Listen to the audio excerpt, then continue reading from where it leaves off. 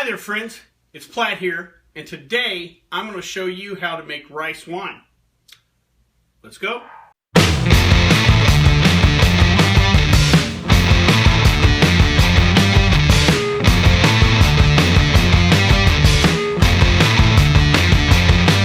want to start this video off by talking about the differences between rice wine, which we're making today, and sake.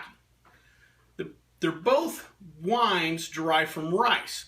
However, sake uses a mold spore to activate the sugars in the rice, while in rice wine we don't use it. Also, sake tends to be Japanese in origin, while rice wines are produced all throughout the Orient. Also, sake has a very specific set of rules on how to handle the rice, wash it, treat it, mill it, where in rice wine it's a little more carefree process. Also, last but not least, is there's several varieties of sake. Some serve warm, some serve cold, some clear, some cloudy. Or again, in rice wine, there's little less structure in what is called rice wine. Well, now that we have the rules of the road, let's see what we need to make our rice wine. Here are the items we're going to need to make our rice wine. First, you're going to need some glutinous rice. Minute rice or Uncle Ben's or any other kind of rice won't do. You're going to need glutinous rice. Now, you should be able to find it in your local Asian food aisle in your grocery store. But if not, you might have to make a run to a specialty Asian market, which is probably where you're going to have to go for our next item, the dried yeast balls. Now, for this rice wine, we're not going to use wine yeast or beer yeast or even regular bread yeast. You're going to have to go find these specialty yeast balls. They're about the size of ping pong balls and generally come in 3 packs or larger. I've got the larger pack here. Last but not least, you're going to need a little bit of all-purpose flour, which we'll mix in with the yeast later on when we get ready to add the rice. Well, now that we got everything that we need, let's make some wine. First, we're going to start off by rinsing 4 cups of rice through a little colander, sieve, or whatever you have. You'll notice when you first start rinsing, the water is going to be a little murky, and there's a little bit of dust and what have you in the rice. Oops, sorry, I got a little close. You're going to want to kind of use your hands to rinse the rice thoroughly. So it'll take about 5 or 10 minutes, and we'll make sure we get any kind of grain husk, powder off the rice. You want to make sure there's any dry pockets of rice while you're doing that. So as I continue to do this, we'll go ahead and move on to the next step. Well, now that we've thoroughly rinsed our rice, it's time to cook the rice. If you have a steamer or a rice cooker, go ahead and use that and cook your rice. If you're a simple little home brewer like me and don't have any fancy piece of equipment like that, you're going to have to use a simpler method. Now, what I've done is I put my 4 cups of rinsed rice in with 4 cups of water. I'm going to let that water boil, and once it begins to boil, I'm going to take this towel, pull it off the flame, put this towel over, and put this on top. What I'm going to do then is put it on a separate burner on low heat. What this cloth does with the lid on top is it kind of holds the steam and the heat in. It kind of creates a steamer. And we'll let that cook for 10 minutes and then our rice will be done. So that's a little cooking tip right there. Don't worry folks, I'm not becoming a Wolfgang Puck. We're going to let our rice cook and then we'll go on to the next step.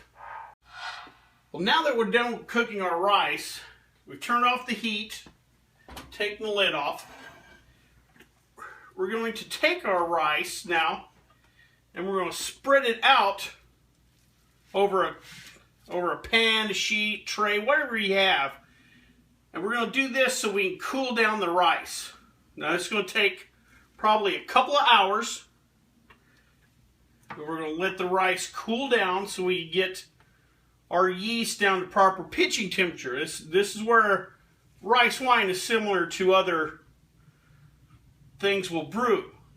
Remember, yeast doesn't like it too hot, so we're going to cool down this rice. And it's going to take a couple hours, but when we're done, we'll come back and we'll pitch the yeast. While the rice is cooling, I'm going to make our little yeast mixture here. I put in a teaspoon of all-purpose flour, and then I'm going to add our yeast ball. And I'm just going to take a muddler. Remember, I am a bartender. And I'm just going to break up this yeast ball and kind of grind it into a little powder. You can use a hammer or whatever, meat tenderizer, whatever you need to break the ball up. But it's going to be one ball, one yeast ball to 1 teaspoon of flour.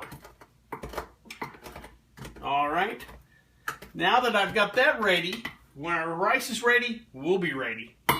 All right, now that our rice is cooled, we're going to take our yeast flour mix and we're going to sprinkle over the rice. And once we've done sprinkling over the rice, we're going to start mixing the rice in. We're going to start, you can either use your hand or I'll use a spoon or whatever. We're just going to mix the rice, so make sure our yeast flour mixture gets thoroughly mixed through the rice. So while I do this, we'll go ahead and skip on to the next step. Well, now that we've got our rice and yeast all mixed together, it's time to put in our fermenter. Now, if you've read anything about rice wine or other people, how they make it, they always say to put into a container, a glass jar, container, what have you, and seal the top. And then after the end of 30 days, take the rice, put it in cheesecloth, and squeeze out the excess juice. Well, I'm just going to cut a step out of the process. I've got one of these boil in the bag bags you might get at your homebrew shop, and I'm just going to put in the fermenter and put my rice in that bag. So after 30 days, that's what we're going to allow in the fermenter is 30 days, we could just squeeze out the rice and all the juice will be right there, and it'll make the process a lot simpler than having to scoop out the rice out of the container and then straining it. So I'm just going to put it here in the container. After I've got her filled, I'll place the lid on and we're going to let her ferment for 30 days. So while I do that, we'll wait 30 days, then we'll see our rice wine when it's done. Alright, so it's been 1 month since we've started this and we've allowed it to ferment this time. Now what we need to do is strain the rice. And this is where putting the rice in the bag, the brew bag, is going to make our life a lot simpler. If you don't have a brew bag, again, you could take cheesecloth and a strainer and strain it through. But this is going to make our life a little easier, as you'll see. Take our lid off and we're just going to lift and strain. And probably one thing you'll notice is the liquid itself is kind of milky. Now it's not going to be as milky as you've seen in probably other videos because again we've used this brew bag. For those of you that home brew a little bit, you might be thinking, well, wait a minute, I don't do this to grain bags because of tannins, why can I do it here? Well, we don't have the holes on the rice, so there's no tannins to pick up. So squeeze away and don't worry about picking up any extra tannins.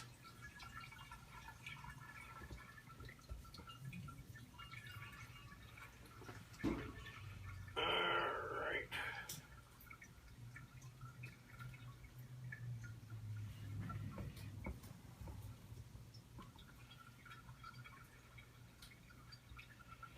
Alright, we've about got all the juice out of that mixture, so I'm just going to set this aside. Now, I'm going to put back our lid, and we're going to put this in the refrigerator for a few days to help stop the fermentation, but also help to clear it out. It's a little cloudy, you'll see. If you want to make it even clearer, you can go to your local homebrew shop and get something called bentonite. And that's used to clear out beer, wine, mead, what have you, and it works with this rice wine too. But I'm just going to leave this in the fridge for about a week or two, and you should see a layer of sediment on the bottom, and then I'm just going to strain off into our jar, and we'll be ready to drink. Now once you put it in the airtight jar, you can leave it for up to a year if you'd like, and it'll slowly age, mellow, what have you. But I think for our purpose, we'll leave it a week in here, and then I'll leave it a week in this jar, and we'll be ready to drink. Well, I hope you liked this video. If you did, please subscribe down below. And as always, feel free to contact me if you want me to try something else or answer any questions. Well, till next time, bottoms up.